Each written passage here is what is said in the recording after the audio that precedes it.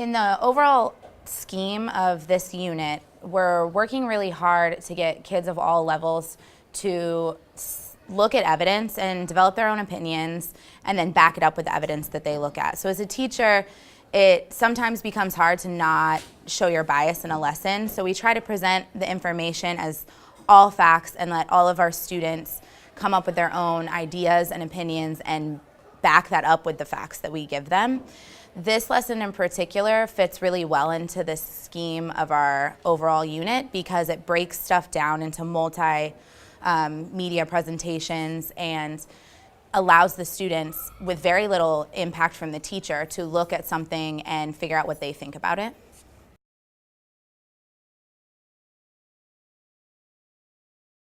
The specific learning outcome for this lesson is that they should look at the negative impacts of the Civil War and decide whether the Civil War, despite this really great idea to end slavery, was worth the cost of life, because it's the only war we fought against ourselves. So every time we lost someone, it was someone's son or daughter who was an American citizen.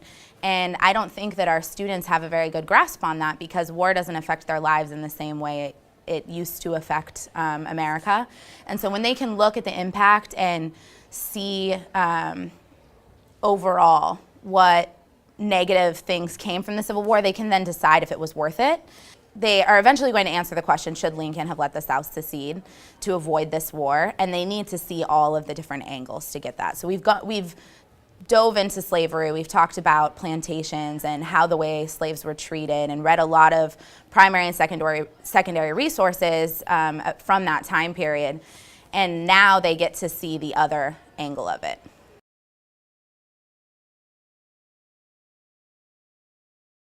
We have multiple assessments built into the lesson, throughout the lesson, so that we can intervene if we start to see one of our kids drop off or struggling with the lesson. Some of them are that we just, as both of us as teachers, walk around and we're really interactive with our students. So we're looking at the questions that they're answering and using that as formative assessment and getting right to it if they start to struggle. We also have a formative assessment at the end of the lesson where they have to evaluate the overall impact based on all the resources they see. And eventually it builds into our summative assessment, which is an argumentative essay where they have to decide if it would have been better to avoid war and let the South become its own country.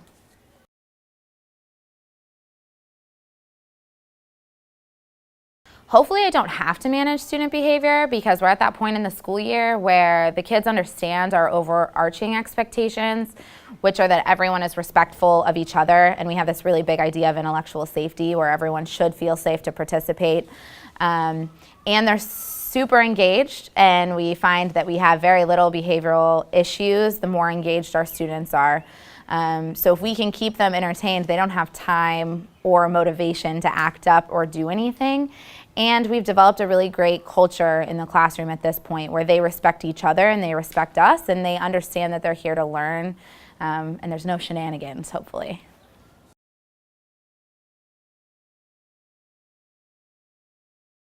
The biggest one is just evaluate the impact of the Civil War, and then eventually overarching would be that question, should Lincoln have let the South secede to avoid war? But during the lesson, to prod some higher level thinking, we have a lot of different levels of questions built in. So we like to do some warm-ups with our kids. The first question they answer is always that one where they get the feeling of success. So we kind of step up the rigor every time, knowing as teachers we're going to have to step in maybe a little bit when they get to the higher level questions, but the goal is to give them questions that start with words like predict or speculate, things that don't have a right answer, and just get them talking with us but also with each other.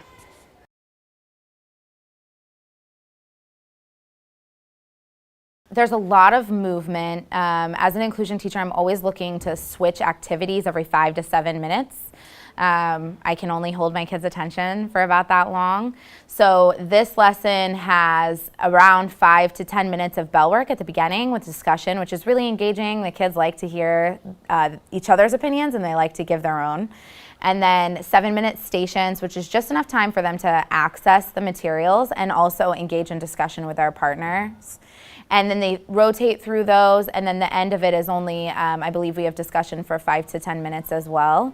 So a lot of movement. You don't have any kids falling asleep because they have to get up every 5 to 7 minutes. And the multimedia presentations that we're using, there's a lot of resources that are for different types of kids. So we have a video for our more visual kids and our images for our visual kids, statistics for our more analytical kids, and a lot of teacher involvement. Having like 2 teachers in the room is really great. We can each address special needs.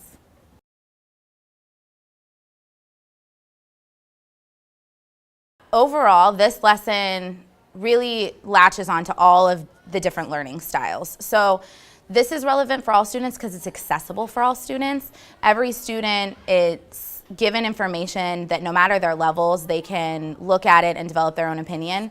And that's where we really try to hit in the inclusion setting. Is it's really important that our lessons push the rigor but are still accessible. So these particular lessons, these station lessons, they give a lot of movement to our students, a lot of independence, and this lesson just fits into that goal of making them decide for themselves, as opposed to a lot of our textbooks that present things in one way. We want to do the best that we can to give all of our kids as much information as possible without any bias.